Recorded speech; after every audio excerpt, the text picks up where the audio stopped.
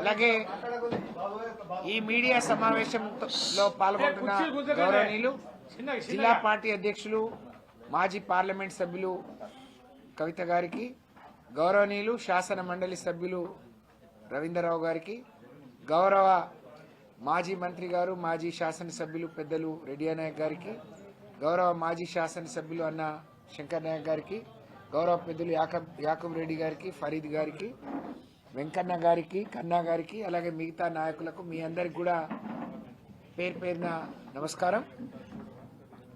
నిన్న మహబూబాద్లో జరిగిన పోలీసులు అలాగే కాంగ్రెస్ పార్టీ సృష్టించిన హైడ్రామా మీరు చూశారు. ఈరోజు ఈ పార్టీకి మా నాయకులు మా వర్కింగ్ ప్రెసిడెంట్ కేటీఆర్ గారి మీటింగ్ అయిపోయేది. ఎప్పుడు లేని వాతావరణాన్ని మహబూబాద్లో కొత్తగా కాంగ్రెస్ ప్రభుత్వం పరిచయం చేసిండ్రు.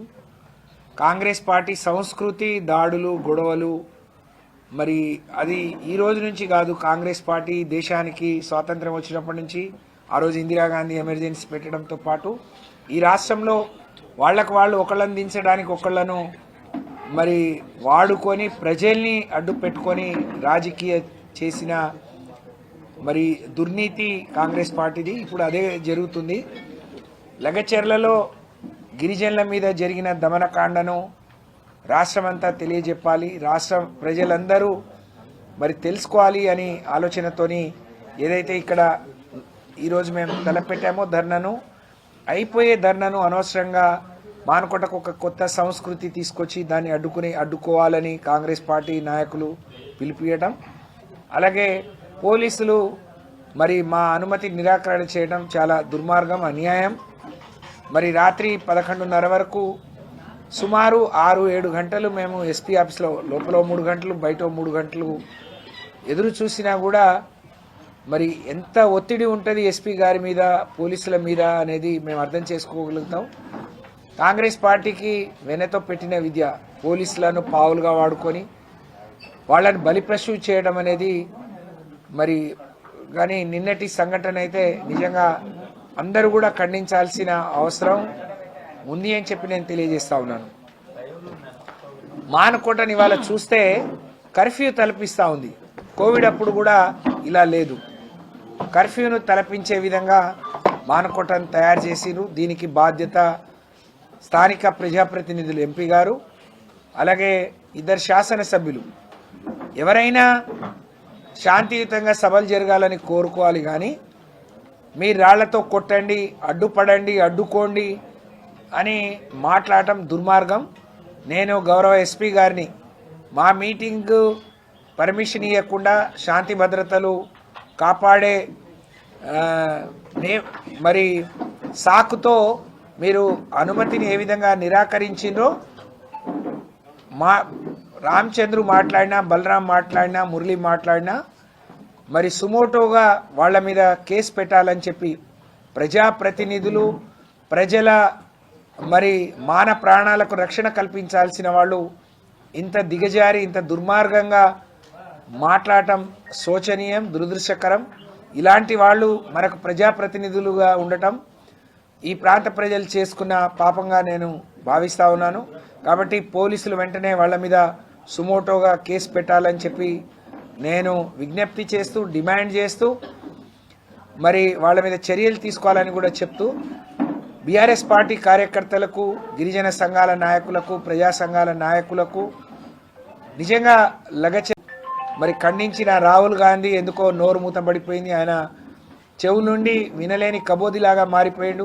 ఒక్క పిలిపియండి నేను వాలిపోతాను అంటే దాదాపు 300 కుటుంబాలు, 250 నుంచి 300 కుటుంబాల ప్రజలు వాళ్ళ గోడును మరి హైదరాబాద్ నుంచి ఢిల్లీ దేశ రాజధాని వరకు కూడా చెప్పినా రాహుల్ గాంధీకి వినపడకపోవటం దురదృష్టకరం.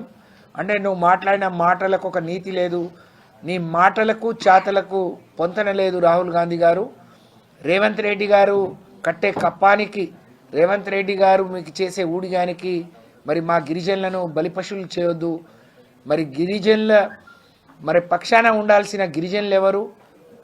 అవకాశం కోసం, అధికారం కోసం గిరిజన ద్రోహులుగా మారి వాళ్ళకు అన్యాయం చేసే వాళ్ళు ఎవరో ఈ సంఘటన ద్వారా తేలిపోయింది అని చెప్పి నేను ఈ సందర్భంగా తెలియజేస్తూ కేటీఆర్ గారిని నిన్న వాళ్ళు ఇచ్చిన రిజెక్ట్ లెటర్ని రేపు మేము పార్టీ ఆఫీస్కి పంపించడం జరిగింది. దాన్ని హైకోర్టులో సవాల్ చేస్తాం. హైకోర్టు నుంచి అనుమతులు తీసుకొని పెద్ద ఎత్తున మానకోటలో సభ నిర్వహిస్తాం. అందరినీ కూడగట్టి మీ మీ ద్వంద్వ నీతి ఏందో, మీ మొండి వైఖరి ఏందో, మరి కనీసం రేవంత్ రెడ్డి గారు ఎందుకంటే ఆయన ఎందుకు అర్థం చేసుకోవట్లేడో అర్థం కావట్లేదు. సొంత మరి నీ నియోజకవర్గం కొడంగల్ ప్రజల్ని మెప్పించలేనోడివి, ఒప్పించలేనోడివి, నువ్వు రాష్ట్ర ప్రజల్ని ఏం మెప్పిస్తావు, రాష్ట్ర ప్రజల్ని ఏం ఒప్పిస్తావు, ఎట్లా పాలిస్తావు? అంటే కాంగ్రెస్ పార్టీ నాయకులకు అలవాటు మారిపోయింది. యదా ముఖ్యమంత్రి తదా ప్రజాప్రతినిధులుగా మారిపోయాడు. మంత్రి నెత్తిన నోరు పెట్టుకొని మాట్లాడుతుంది, పట్టించుకునేవాడు, అడిగేవాడు, ఎందుకు మాట్లాడినామని అడిగేవాళ్ళు ఉండరు. ఎమ్మెల్యేలు దాడులు చేయండి, రాళ్లతో చేయండి అని చెప్పి మాట్లాడతారు. అంటే ముఖ్యమంత్రి కేసీఆర్ని పాతరేస్తా లేకపోతే రకరకాలుగా మాట్లాడే పరిస్థితి ఉన్నందుకు వీళ్ళు ఇట్లా తయారయ్యారు. తప్పకుండా ఈ విషయాలన్నీ కూడా అవసరమైతే జాతీయ స్థాయిలో మరి మేము చాటి చెప్తాం. వీళ్ళకు బుద్ధి వచ్చే విధంగా ఇప్పటికే ప్రజా తిరుగుబాటు మొదలైంది. ప్రజా వ్యతిరేకత మూట కట్టుకుంటున్నారు. నీ కొడంగల్ నుంచే నీ కౌంట్ డౌన్ మరి మొదలైంది. రేవంత్ రెడ్డి గారు మానుకోటకు ఈ నిన్నటి సంఘటన దీనికి ఒక పరాకాష్ట అని చెప్పి తప్పకుండా ఇలాంటివి జరగొద్దు. మేము ఉన్నప్పుడు అభివృద్ధిని, సంక్షేమాన్ని రెండు కళ్ళుగా మానుకోట మీద ఫోకస్ పెడితే ఇవాళ దాడులు, దౌర్జన్యాలు, మరి రెచ్చగొట్టుడే మీ ఎజెండాగా ఉంది. ఈ రోజు వరకు ఒక నయా పైసా తేని మీరు ఈ మానుకోటకు మీరు చేసింది అంటూ ఏదైనా ఉందంటే అది శూన్యం తప్ప, పెద్ద జీరో తప్ప ఇంకోటి లేదు. మీరు ఇంకేం చేస్తే రేపు ప్రజల ఆధారాభిమానాలు చురగొంటారో దాని మీద దృష్టి పెట్టండి.